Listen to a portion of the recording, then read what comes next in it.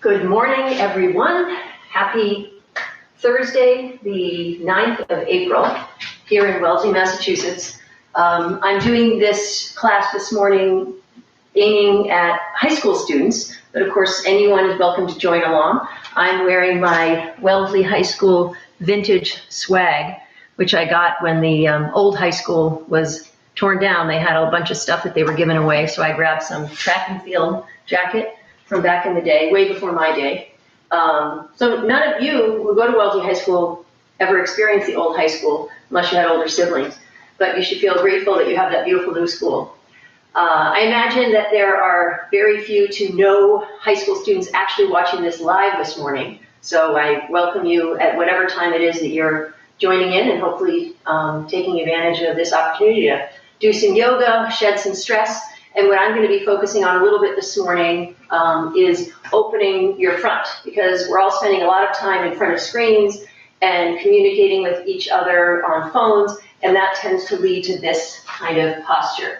And the effect of that on your mind state is you start to feel a little depressed, because when someone feels depressed, this is the way they will stand and sit. So if you can manage to get yourself to open your chest, lift your gaze, put your skull on top of your spine, just doing that alone can tend to make you feel better. So we're going to focus on opening up like that. So I'm going to take off this overly warm jacket, which is not made of breathable anything. Still wearing my Raider colors though. And we can begin. So we're going to start in a standing position. And just first of all, connect with your breath. If you are new to yoga, then I'd like you to really pay attention to this beginning part. Even if you've been doing yoga for a long time, maybe this is a new way to think about your practice that can be a little helpful. So I just want you to stand and take a few breaths in and out. See if you are having that posture of sort of depression and sinking, and turn it into something more broad and open. And that alone might allow you to breathe in a little bit better. And then just notice when you're breathing in, when you need to breathe out. And that's going to be the thing that is your timing for the rest of the time that we're together here. So when you breathe in, you'll start some movement. When you're breathing out, you'll go into the stretch or the hard part of the movement that we're going to be doing together. So we're going to start. You're going to come to the front of your mat. I've got a circular mat here, but you'll probably be on a rectangular one at the top. And I'm going to be spinning around at different times to show different angles. I also have a couple of blocks, which if you have some, might come in handy. A strap, sometimes useful, a little cushion. And then those things over there are for the Shavasana at the end.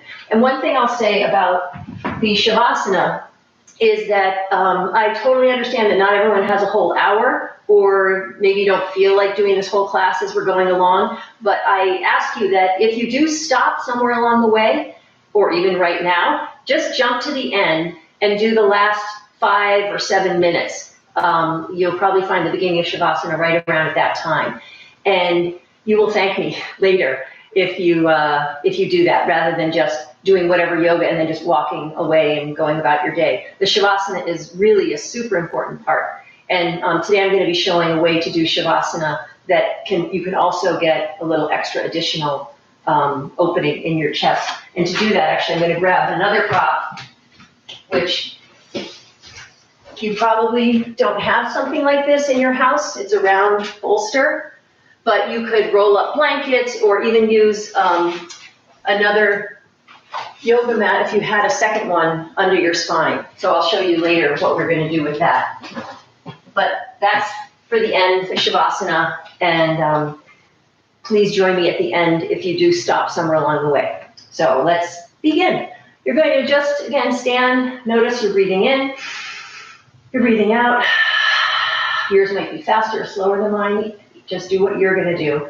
And at some point, as you're breathing in, lift your chest, take your hands behind you. If you can clasp your hands behind your back, like so, you'll do that. If you can't, you can just reach your hands and use your muscles to make that happen. Or if you have a strap or a long sock or a belt, you can just bring your hands as close together as you can get them and holding on to the strap.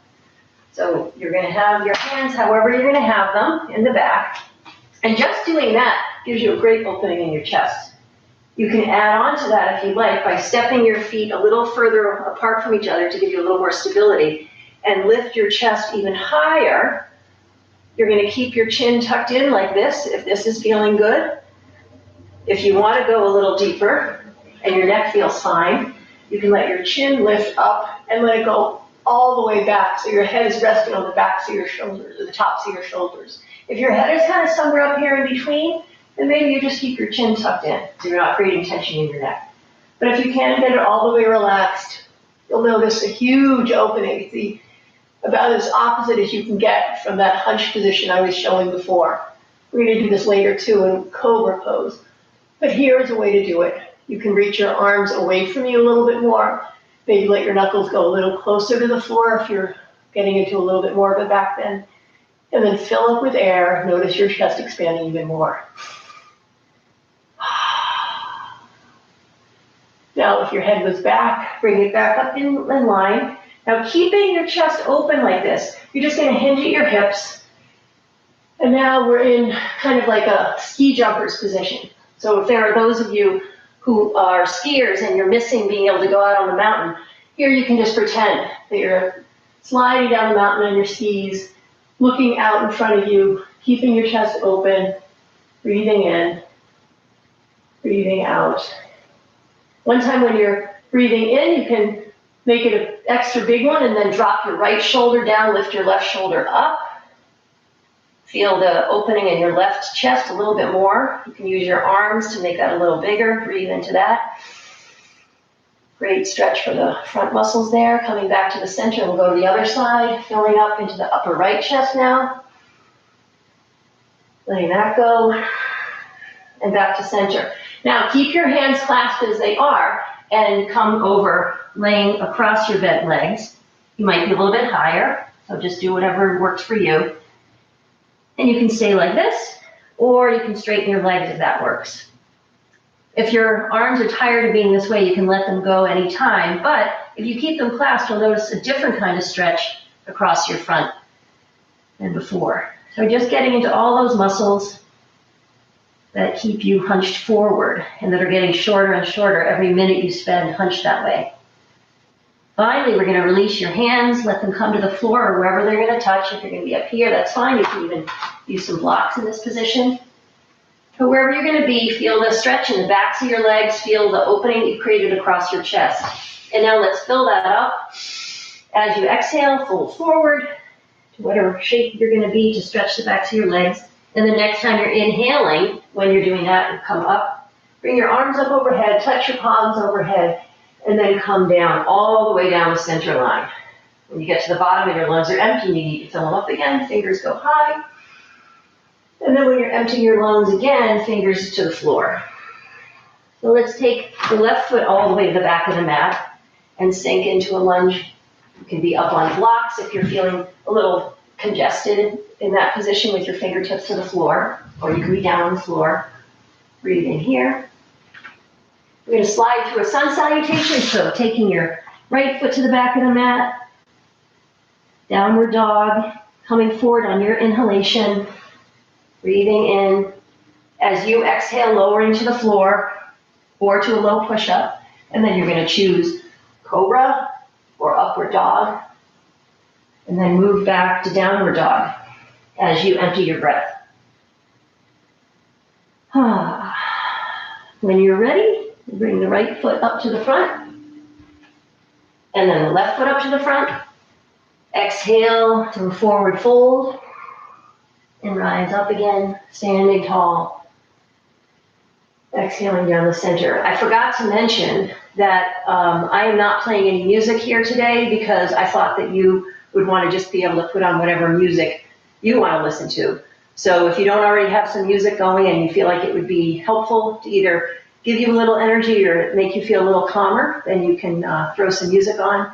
And the benefit of watching it later is you can always pause and get what you need to do, get what you need to get. I do recommend that you have some music that's a little calmer available for the end for the Shavasana if you're playing some more high energy music. Okay, so let's go back to the sun salutation. On your exhale, arms pressing down, inhaling, lifting up. On your exhale, fingertips to the floor. Now take your left foot to the back of the mat, sink into the lunge, and then your right foot sliding back to downward dog. On your inhale, coming forward to high plank. On your exhale, you're lowering to the floor or to the low push-up. I'm going to show that this time. Chaturanga to upward dog. This is a nice chest opener. Any of these, cobra or upward dog, really get into the open chest. And then back to downward dog. Exhaling completely. And then let's bring the right foot up to the front. So we're going to do crescent lunge now. Hop your toes out to the left side of the mat so you're on like separate railroad tracks. You have a little more stability that way, not so tippy. And take your arms overhead. Breathe in here. We're going to turn this into warrior three. So your right foot, if you can spread your toes out at all and give yourself a bigger base to stand on when we're balancing on just one foot, that's helpful.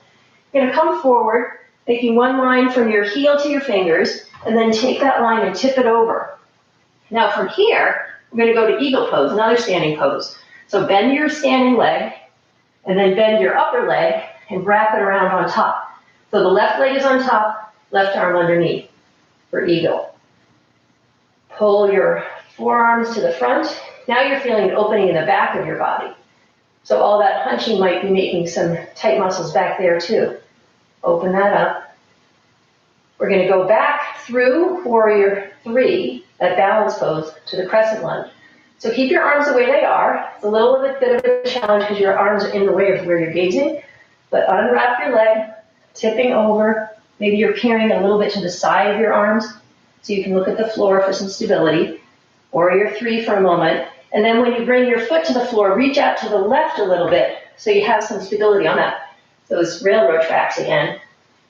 And either reaching your arms forward here in eagle arms, or maybe taking a back bend and looking up at the ceiling. If you feel tippy, walk your front foot over toward the pinky toe side a little bit. Breathe here. One time when you're breathing in, open your arms up, elbows back, shoulder blades toward each other. Get in that broad chest, fill it up, and then hands to the floor. Back to downward dog. So here in downward dog, it's a great opportunity to stretch out your shoulders, lengthen your spine. But if you're feeling a little like your arms are getting tired, you'd like a little more of a retreat kind of pose, let your knees come to the floor wide, and you can get that same lengthening in your spine in a more restful child's pose. You can get it even more restful by letting your forearms rest on the floor along with your forehead. Take a breath here or staying in your downward dog. If you are in child's pose, please join us again in downward dog. And now you're going to bring the left foot up to the front. Hop the toes out to the right at the back of the mat so your feet are wide, left to right, and then come up crescent lunge. So now you know where we're going. Might be a little easier on this side. So come leaning forward, tipping your straight line over into warrior three, gazing at the floor, and then starting to bend your left leg, moving your gaze up to eye level as you bring your right arm across, or right leg across, right arm under. Now your arms are in the way again, so you just kind of have to peer by them to stare at something stable as you enjoy the opening in your back body and you breathe into that.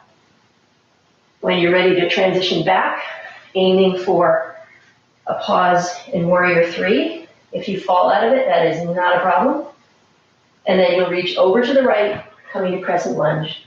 Maybe taking the back bend if you feel stable. If you feel tippy again, now you'll move your left foot over to the left to the pinky toe side.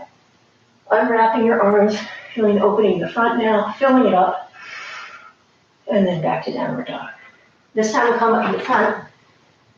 Take an inhale, and when you're breathing out, exhale into your forward fold, wherever that might be.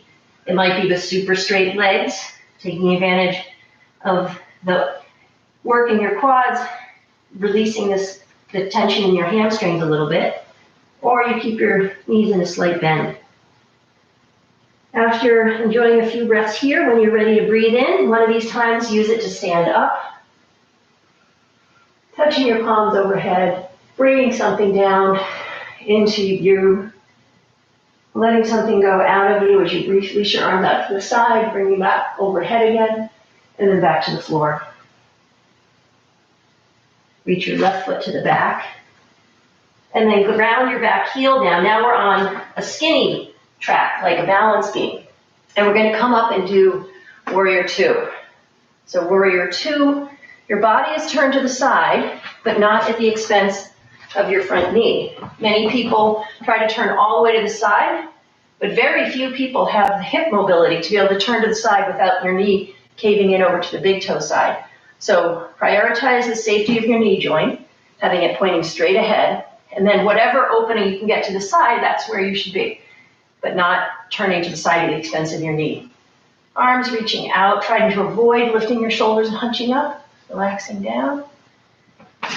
And the other safety point is just to not have your knee going in front of your ankle.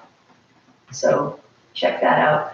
If you have a little bit shorter stance, sometimes people will have your knee way in front of your ankle, and over time that can be uncomfortable for your knee. So now we're going to play quarantine, and your body, lower body, is the part of you that has to stay inside your house, and it's not moving, not going anywhere. But your upper body is going to be either the part of you that gets to go out for a walk in the woods with your dog, or maybe the part of just your mind that gets to be a little freeform. So hopefully you've got some fun music on and you'll be able to move a little bit to this. So keeping your lower body stable, it's not moving, but your upper body can be free. Going back to reverse warrior, coming forward to side angle. You can put your elbow on your knee or put your hand inside or outside your front leg. Moving back. So be as creative as you want to be, but also noting that this is another opportunity to open things up. So reaching your shoulder blades toward each other in the back. Reaching your arms forward in the front. Just tipping to the side, stretching out the side ribs, front and back. So a little free-form creativity resting on your solid base. And then we'll come up, coming through the center, coming to a straddle. And just take a forward fold here. If your hands touch the floor, you can try walking them back to the imaginary line between your toes, placing your fingertips there, and coming a little deeper into the fold. If you're way up here, that's totally fine. Just enjoying the stretch, whatever is happening for you. So noticing your breathing pattern. And we're going to do the same warrior fun, hopefully, on the other side. So you'll be facing the other direction on your mat. So pivoting around, your left foot now is pointing toward the end of what was the back of your mat. Then you're grounding your heel on the back, coming up, creating your stable, safe base. So your knee is pointing straight ahead. You can see your big toe inside your front knee. And on top of the unmoving base that's maybe stuck in one place, maybe you're thinking that you're stuck somewhere, but don't think of it as stuck. Think of it as stability. How lucky are we that we have a home that we can be stuck in, right?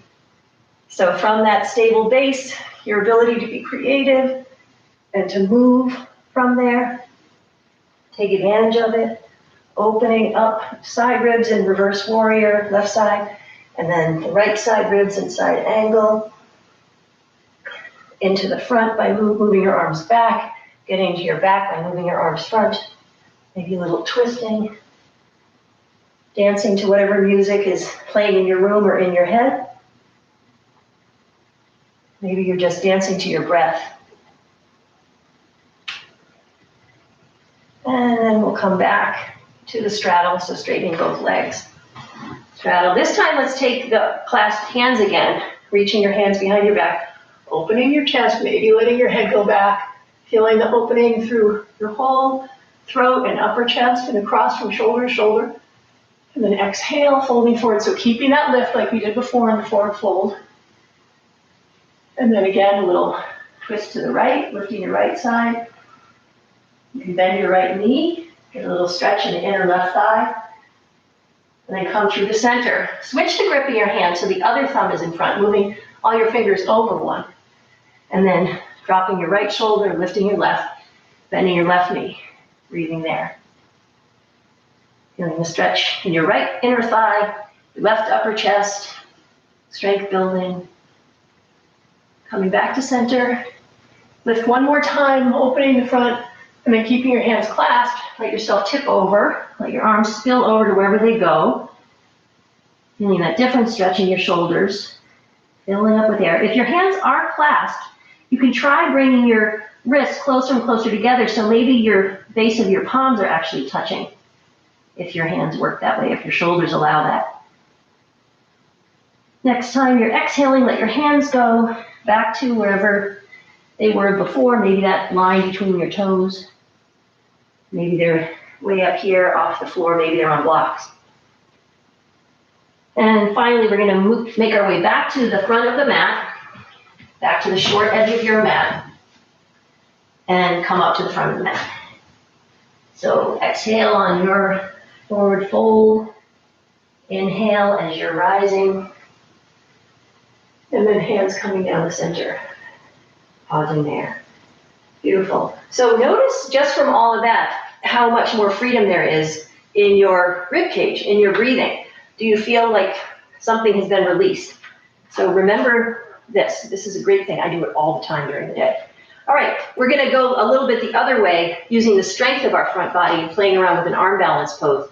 So crow is the basic pose that is accessible to the most people. If you are very comfortable with regular crow, then I'm just going to throw one little thing out at you. And of course, anyone is welcome to try it, but it's side crow. And then I'm going to go back and show regular crow. I'm going to very quickly go through side crow though. So feet are together, and you're going to bend into a nice deep chair pose. Take your left arm across onto the outside of your right knee. And then come onto your toes, so your heels come off the floor. Put your left hand down, and then your right hand out a little bit away from it. I'm actually going to move back a little. I like to do it on a floor rather than on a squishy mat, but this one's not too squishy. If you're on a carpeted floor or something very squishy, it's nicer to do arm balances on something more stable and flat, because your wrist after a while can start to get hurt. Doing it just today will be fine, but don't do it a lot. Okay, so left hand down, then you put your right hand out at a little bit of a diagonal from there. Now I'm squishing my arm and my leg into each other, lifting up, and I start to tip over. Now, I'm going to tip over, bending my arms into the chaturanga shape where the upper arms are parallel-ish to the floor. And maybe I stay here, enjoying this nice twist, or maybe I can keep going until my feet have no weight in them and I can lift them off the floor. So that's your side crow. If you're comfortable with regular crow and you want to play around with that instead, I'm not going to show it on the other side, but it's the same on the other side. Now, regular crow. So, regular crow, I've shown this on a lot of the different sessions that I've done because it's one that a lot of people like and it's a great one. So, knees wide, knees high off the floor, and then let your torso go in between, down below your knees as much as you can, and then you're sliding your upper arms underneath your shins. You have to make this contact because that's your body is resting on your upper arms. Now you're going to let your hands come out a little bit further than you think you need to. Most people put their hands a little too close to them, and that's why they feel tippy. So lift up, start to fall forward, and where your hands land to prevent your fall is usually a good spot. So now I'm squishing my arms and my legs into each other. I'm using that strength in my front body and lifting up, still squishing my arms and legs into each other, pretending that I have something really important, a piece of paper, a $100 bill, standing in, it's tucked in there, and someone's trying to pull it up, and I'm not going to let them. So that's that kind of intensity there. Looking way out in front of me, and then I move the weight over. Let me show it from this angle. Move the weight over into my hands. Maybe it never comes out of my feet, and I stay with my feet grounded. Or maybe I tip enough that the weight comes out of my feet, and I can pick them up. And there's your crow here, or with feet on the floor. Coming out of it, if you haven't already. And if you were playing around with side crow, you can try the other side if you haven't gotten a chance to do that yet. Okay, great. So let's stand up again, shake out our arms, come to the front of your mat again, to the top of your rectangle. Find your breath, breathing in and letting go. On your inhale sometime, take your arms overhead, and then fold to the floor. Great. left foot reaching to the back.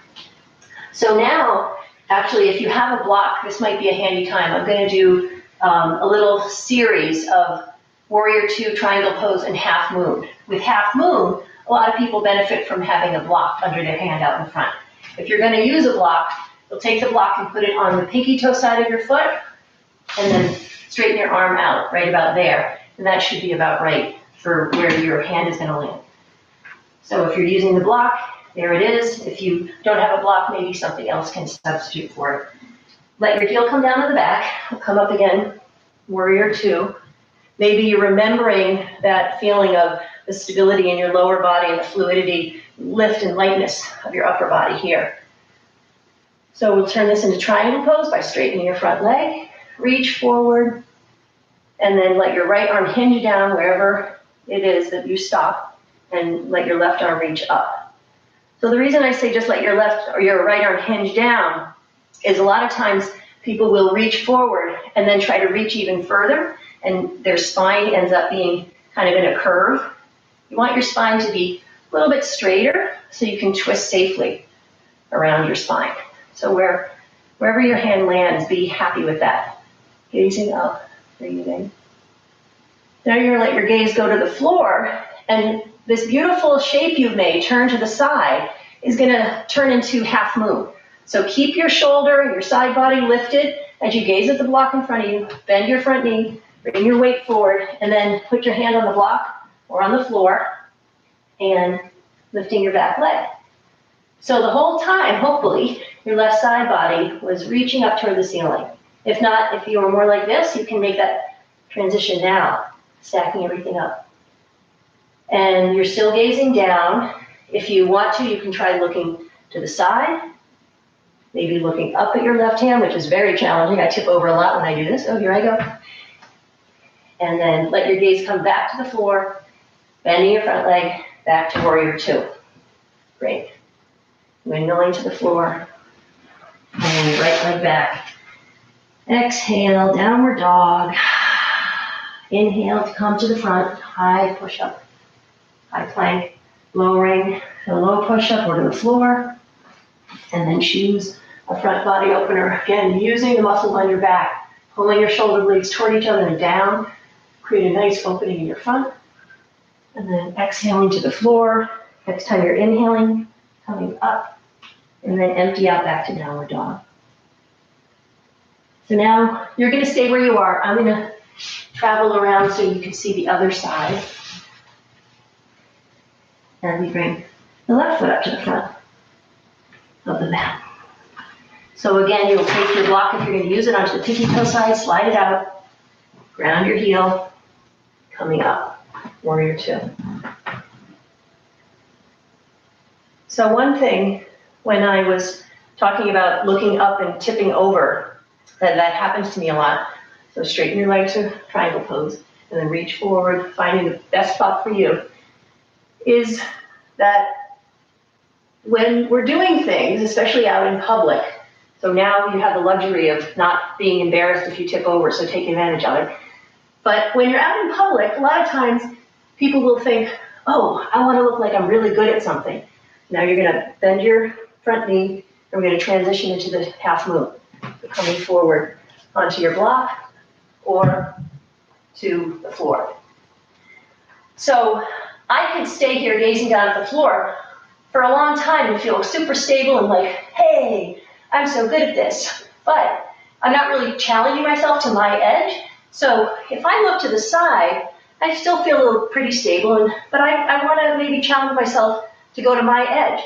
And if that makes me tip over, that's okay, because I'm working at it. Here I go. I'm working at it, and I'd rather keep challenging myself and get better than stay where I am and look like I'm good, but I'm not really doing anything. So now we're going to go back to Warrior Two. So I have a friend who was a great windsurfer, and when I was first learning to windsurf, let's come out of this now. Back to downward dog. And then letting your knees come to the floor, resting in a child's pose for a moment while I hammer for a moment and tell you a little story. So child's pose, you can have your arms out in front or back by your feet. So this friend of mine was a really great windsurfer, and he and his family were teaching me how to windsurf. And I was getting to the point where I could go back and forth across the harbor without falling over. And I thought, oh, I'm so good. And I noticed that this friend of mine, who now his career in life is working with windsurfing and kite surfing, and he was that good. He was never on his board. He was always falling off. He didn't care if people thought he was terrible, because he was falling off because he was constantly trying new things and trying something he couldn't do yet. So I encourage you to keep that in the back of your mind, that the way to get better at something maybe is to look kind of bad at it sometimes. Again, take advantage of the opportunity when you're in your own home to push your envelope a little bit with your yoga, not to the point where you're getting hurt. I'm not suggesting going deeper into a pose where your body is telling you that you shouldn't. But if it's just a question of falling out of a balanced pose or something like that, then by all means fall. That's how you're going to improve. So enough yammering. If your arms are back by your feet, then bring them out in front and come up. One more time to a downward dog. And then walk your feet up to the front. Fold over. And then stand up tall. And hands down the center. Great. So we're going to do a little bit with opening up our shoulders. If you have a strap, you can grab a strap or a belt or something like that. If you are somebody that you can reach around and just grab your hands behind your back, then maybe you don't need the strap. But I like to use a strap for that because I'm not that flexible in that way. So if you have your strap, you can be holding onto the strap. Otherwise, if you don't, you can just be reaching out and doing these things without the strap. The strap just gives a little bit of extra something. So plant your feet about the distance of your mat away from each other. Again, you're at the front of your mat. And take your arms overhead. One hand is holding on to one end of whatever you're holding on to, and the other hand is kind of loose so that you can slide the strap through your hands. Take a breath in, and as you exhale, you're going to go over the top. Notice how my hands are sliding away from each other. And then I got to a certain point where I'm going to grab on and continue along. So just be mindful that you're not stressing your shoulder joints too much, opening things up here. When you get to that certain point where you grab on, you might notice a big stretch across the front. So your pectoral muscle, everyone thinks of it as the chest muscle, but it actually attaches onto your upper arm over here, which is why when we bring our arms forward, that's the action that your chest muscle makes. It pulls your bone forward. So when you pull your arm back, you're getting a better stretch on your chest muscle. So you can just be going back and forth like that. And at some point, you can pause at the tightest part, give a little bend in your knees, and come up on one toe in the back as you turn. So coming on the left toes, or the right toes, as I turn to the left. Feeling the extra stretch, pivoting around to the right as I lift my left toes, stretching there, and just moving back and forth with that. Again, if you don't have a strap, you can just be doing this with your arms out to the side.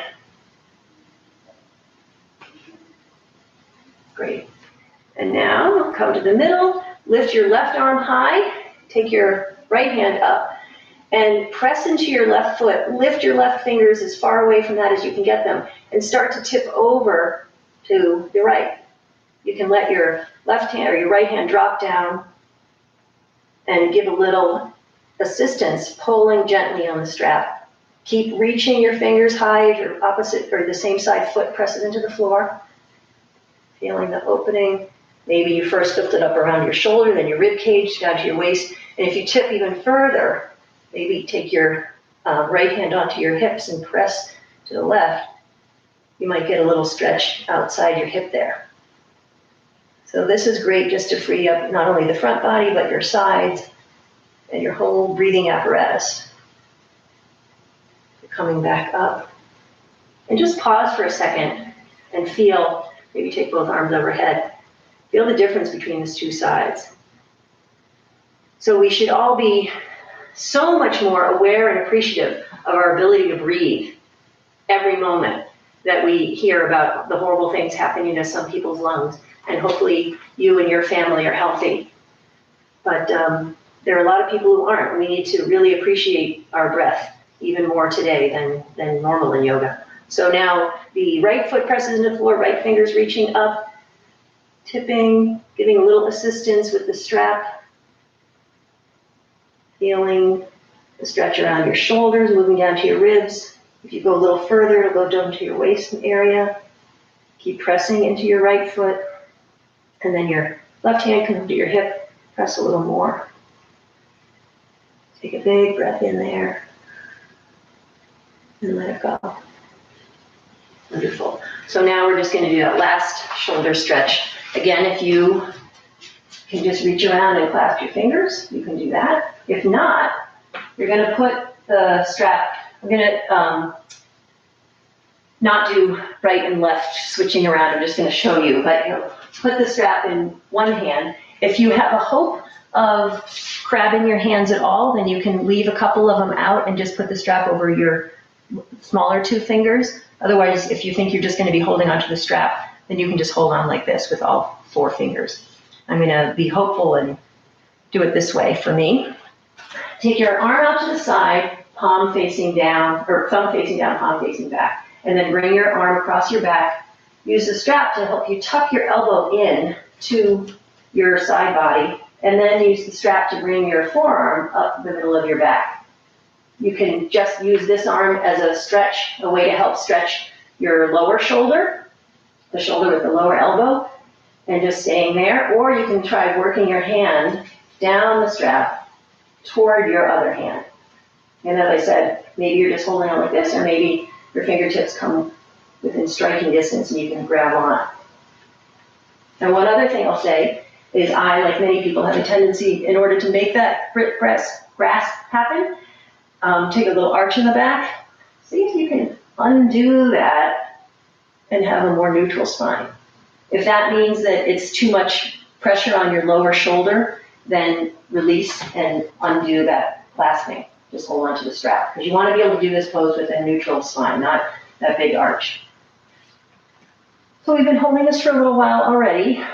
If you are the person that can just throw your hands together, you're probably wondering, what's the point of this? But for the rest of us, holding it a little bit longer like this, at least for me, it takes me so much work to get into it. I like to enjoy the benefits for a few moments before I come out. So whenever you want to, you can release by undoing your fingers or letting go of the strap, letting your arm come down, shaking it out. Again, noticing what you've done one side to the other, and then transfer the strap to the other hand. Deciding if you're going to hold on with all of your fingers or just a couple, leaving them available. My right side is tighter, so we'll see what happens here. Again, inwardly rotating your arm so the palm is facing back and your thumb is down. Pulling your arm in. Strap brings your elbow in close, and then your shoulder, you're working your arm up the middle of your back, staying with this, or walking your hand down the strap toward your lower hand, maybe making contact without the big back bend, so undoing the big back bend if you have one, and breathing a few moments there, trying to let any tension in the lower shoulder release. You can also be thinking about the upper arm, reaching it back for a tricep stretch. So all of this stuff is great for opening up the muscles across your front that are getting shorter and shorter every moment that you're spending gazing at a laptop screen that isn't at the right height, looking down at your phone, which you're holding not at the right height. So as much as possible, let's release when you want to. As much as possible, and let the strap go now. You want to be having whatever it is that you're looking at up at your eye level. So you probably feel stupid walking around looking at your phone like this, but if you can, you should do it. And when you're sitting, instead of sitting like this, maybe you sit with your knees up and you just prop your phone up on your knees and gaze looking that way. It's going to be really beneficial not only to your physical health, but to your mental state, having the broad open front rather than the slouch. So now we're going to do something with a really broad open front, the camel pose. You're going to come onto your mat. If you want a little extra padding for your knees, you can double up your mat, give you a little extra cushioning, or if you have an actual cushion, you can put it there. If you know camel pose, you want to go right into it, by all means, do that. So the full camel pose, your feet are flat in the back, But for most people, it's great if you haven't done it before, especially to start doing it with your toes tucked under, because eventually you're attempting to reach your heels, and it's a little bit higher target with your toes tucked under. So the whole point of camel pose is to open your chest, like we were doing that thing in the very beginning. In fact, this can be a nice way to open up in camel, just clasping your hands like we did before. If you want to, you can get a little wrist stretch at the same time by taking your fingers up your back and working this way, pulling your elbows and your shoulder blades together. If that's too much on your inner wrists, then you can just push your thumb on the top of your pelvis and press down with your thumb to take your tailbone a little closer to the floor so you create a little more space in your low back.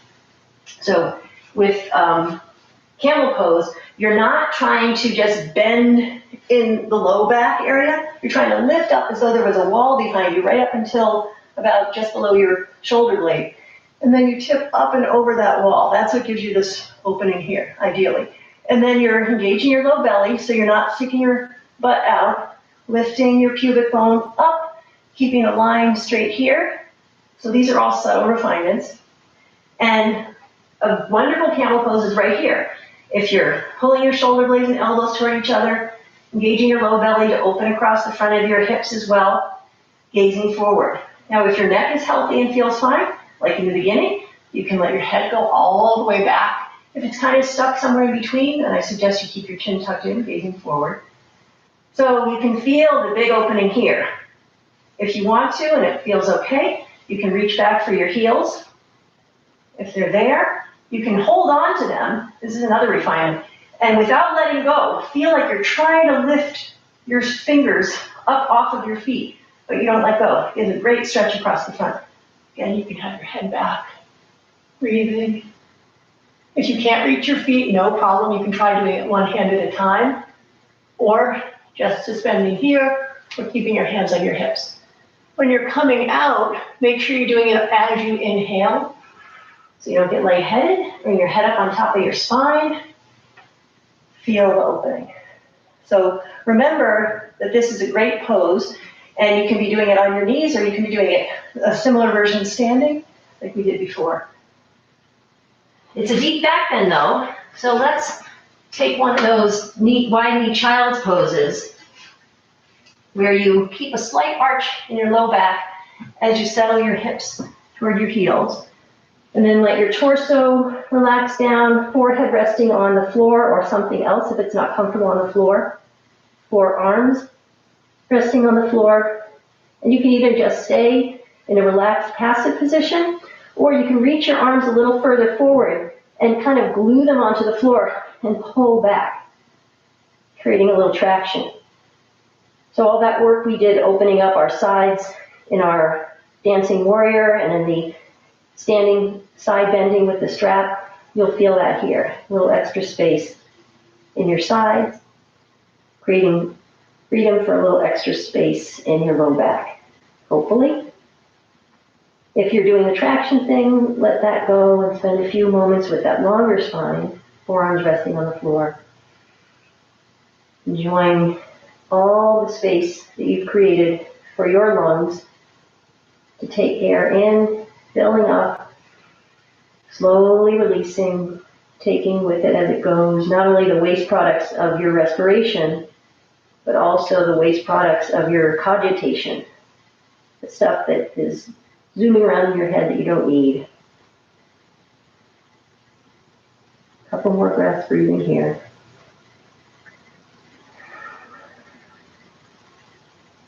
You can stay here for as long as you would like, as long as it's serving you, doing something good. When you're ready to move on, you'll bring your hands under your shoulders, push up, bring your knees under your hips, and come to a kneeling position so we can come over sitting on the ground. Okay, I'm going to show you now one of my favorite forward folding poses for not only giving a nice stretch in your low back and opening up your hips, but also it's a nice retreat for your mental state. It's called cow face pose. I don't know why, but it looks like this. Well, I'll show you what it looks like, and then I'll show you the best way to get out of it, into it rather. So for some reason, someone thinks that this looks like a cow's face. I don't know. So now I'm going to have you are here on your rectangular mat, right? I'm going to have you turn to the side so you're facing the long end of the mat. Okay, I'm actually going to show this way. The long side of the mat, like this. And if this is the edge of your mat, you're going to have your knees at the edge of the mat, your hands off the mat, knees together. And then move both of your feet over to the right. Leave your left knee where it is. Lift your right knee up and tuck it behind your left knee. So they're squished in close to each other, and your feet are as far apart away as you can get them. You're going to start to walk back. And if you get to about this point, you say, oh God, my hips, grab something, a cushion or a block or a book or a bag or something that you can put underneath you so you can sit a little, propped up a little bit. If you did not have that stopping suggestion given by your body, you can keep going until you get all the way to the floor. So hopefully you're in a place that feels okay. You'll notice that if I lean forward, it's a big stretch in my low back. If I stay up tall, I can be working into the hips. I'm going to spin around again so I can show you. So the left knee is on top. You can stay upright like this, breathing. If it's too intense for you, you can roll onto your back and work here with your knees stacked on top of each other and your feet as far away as you can get them, holding onto your knees. Or if you can work your hands further down your leg, you'll do that, feeling the opening of your hips. If you want to get the opening in your back, on your back, you'll lift your lower back off the floor to get that rounding.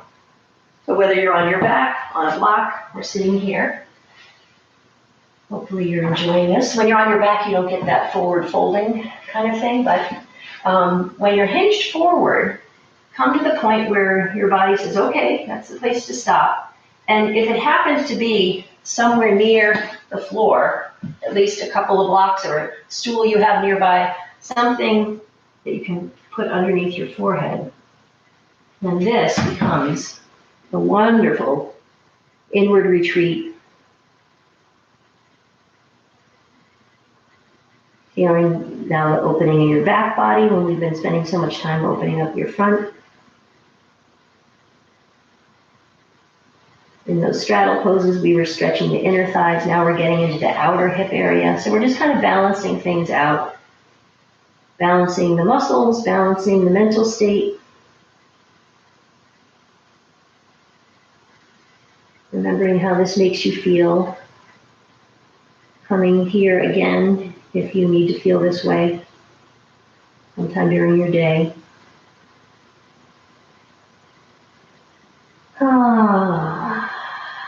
Again, taking advantage of doing this in the solitude of your own home to let any sounds come out of you. You'll perhaps find that it's a really wonderful feeling, and someday you'll be brave enough to, or maybe you already have, let a sound come out even in a public yoga class. In Kripalu style yoga, they're very encouraging of letting sounds come out. So give it a shot and see how it feels for you.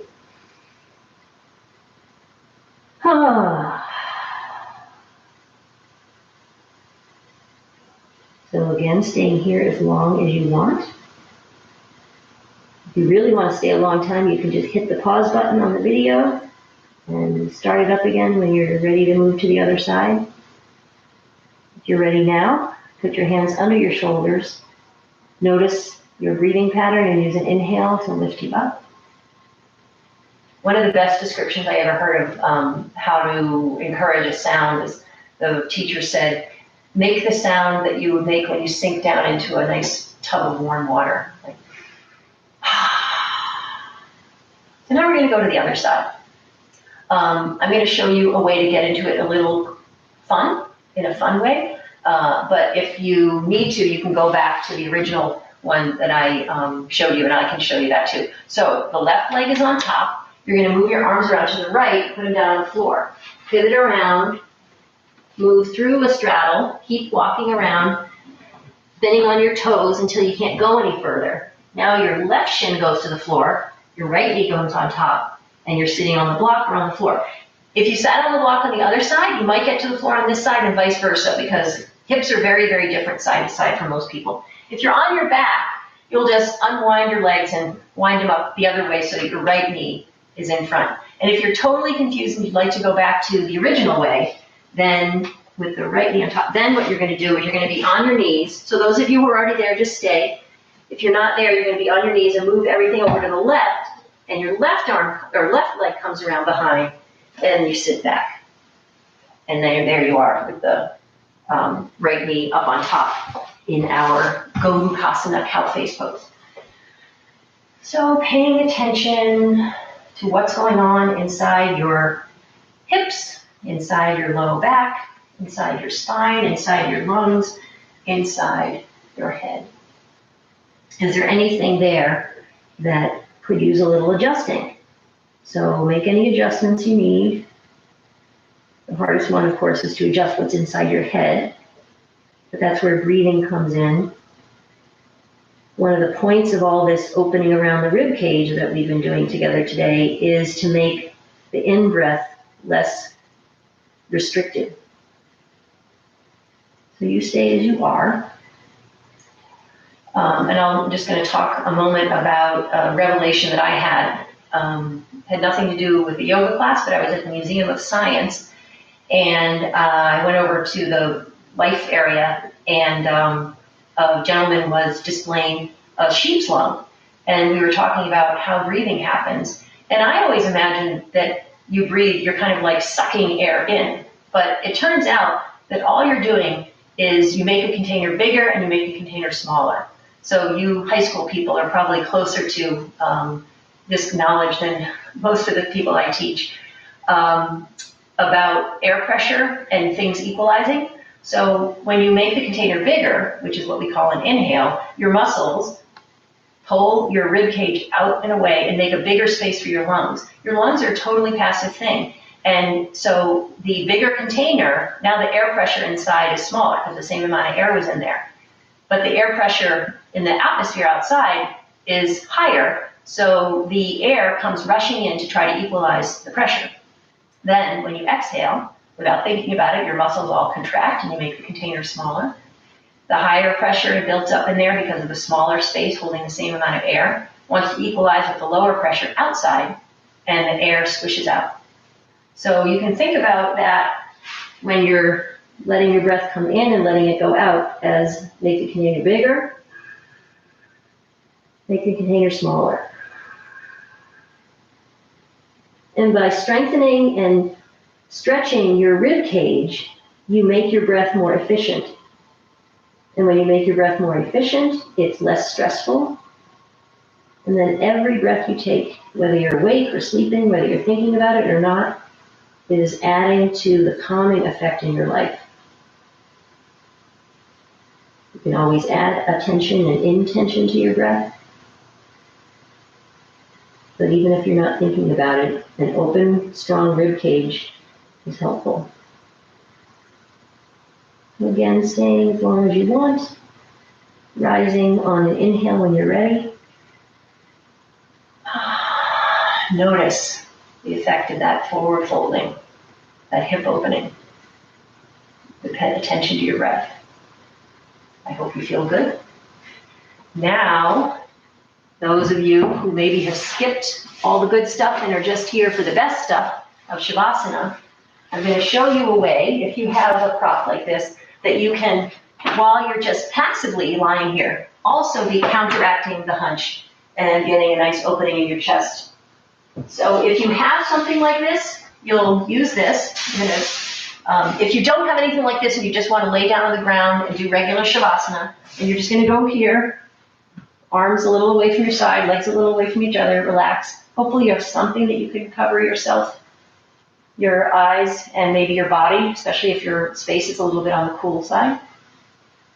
But if you want to have an upper body opening, you can take something like this, and this is very squishy on the end, so I'm going to tuck it right into my low back and lean over and then open with my arms facing, palms facing up, getting this delicious stretch across the front. If you don't have something that high, or if you have an actual yoga bolster which is very firm, you won't tuck it right into your low back because that'll become uncomfortable. It's too deep an arch. move it away a little bit, leaving a little space between the two, and laying back across. Finally, if you have a yoga mat or a big blanket that's a little bit firm that you could roll up, you can place this, also leaving a little bit of space between your low back and the thing that you're going to be resting on, and lay across that. Now, it does not give as big an opening, but it's still something. Your chest can be a little bit higher, shoulders dropping back, and your head would be supported on the mat. If you want your head to be a little lifted, which might be more comfortable for some people, especially if you've been hunching a lot, then it might be uncomfortable for you to have your head back, then you'll prop your head up with something and rest here.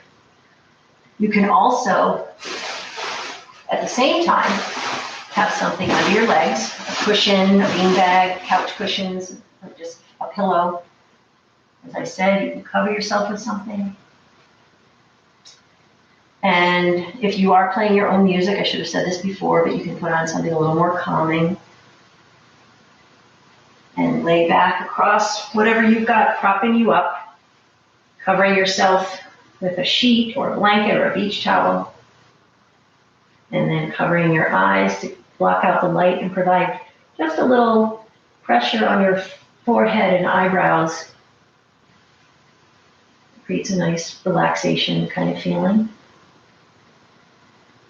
So those of you who have been on your back and relaxing for a while, we will join you, those of us who've been propping up, and feel the effects of what we've done together today. Those of you who skip to the end might not feel quite the same, but again, Shavasana is always a good thing no matter what you've done. In fact, if you've not done anything at all, this is a wonderful way to spend some time. Feeling your container getting bigger without you having to do anything, it just happens. Feeling your container getting smaller, just watch it happen.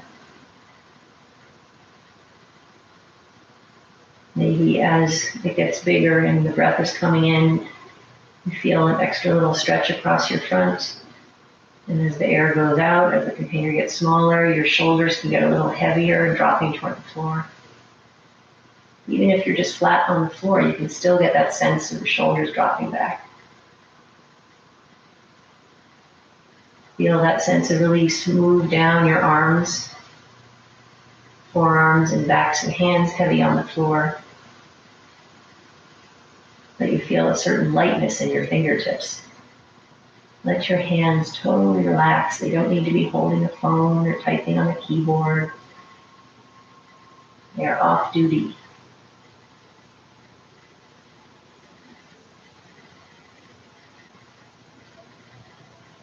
Feel your feet softening, relaxing. Especially at a time like this, you probably have nowhere to go, at least not physically. You'll let your feet know that they too are off duty.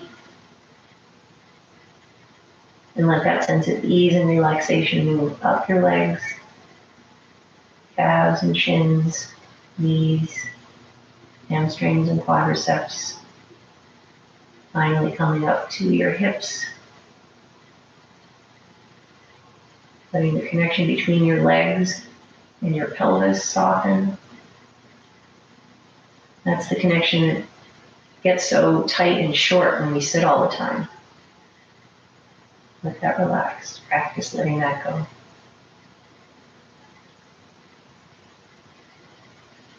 Moving up across your abdomen, soft. No restrictions for your diaphragm to move down into your abdomen as you breathe in. Make that container bigger. Across your chest up to your soft throat. Don't need to be talking. Let your throat relax. Let your tongue relax. Jaw soft. Eyeballs relaxing back in the sockets. Eyebrows relaxing, the space between your eyebrows melting. Your forehead, releasing any tension. And finally, the pesky thing behind your forehead. With your next emptying of your breath, you can empty your mind as well.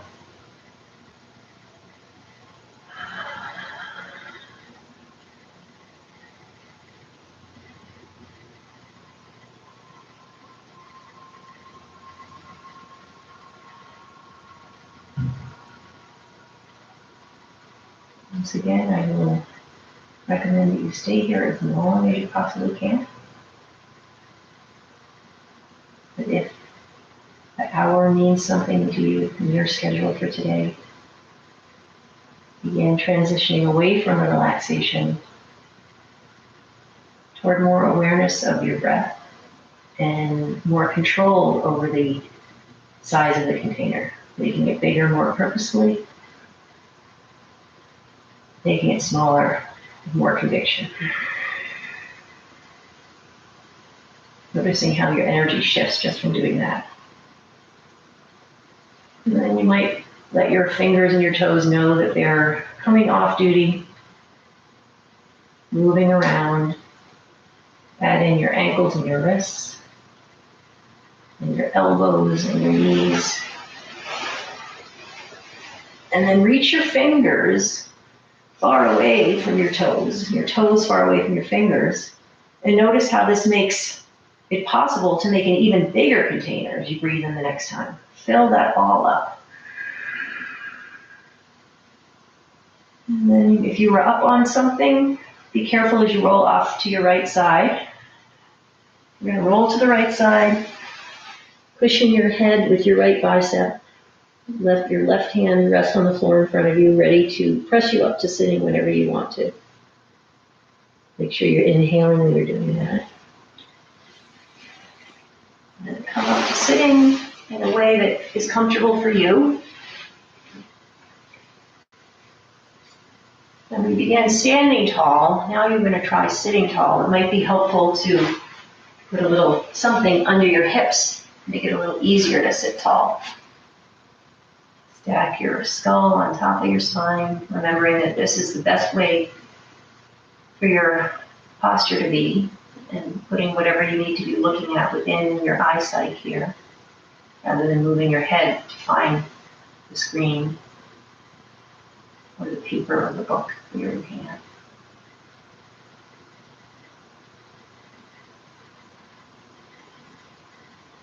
So hopefully this feels awesome. And if it does for your body, remember this. Come back maybe to this whole practice. Maybe you're just remembering some of the poses we did and you're just doing them on the fly in your life. The point of spending time on your mat is so that your life is better off your mat. So I hope it is so. Thank you for joining me today. Namaste. And I hope you check out some of the other recordings that I've made. And I thank community investors in the Wellesley Recreation Department for sponsoring these sessions for the month of April. So if you are supportive of this as well, you can contribute directly to community investors, or you can throw some money my way at PayPal, Erin@personalday.net. And I will be sharing some of the proceeds with community investors. And they are a group that's promoting health and wellness for the youth in Wellesley, Massachusetts. So thanks for being here. I hope you subscribe to the channel. Check out my website, personalday.net, and you can find me on Facebook, Personal Day Yoga. I have a page there. Have a wonderful day. Stay open and breathe.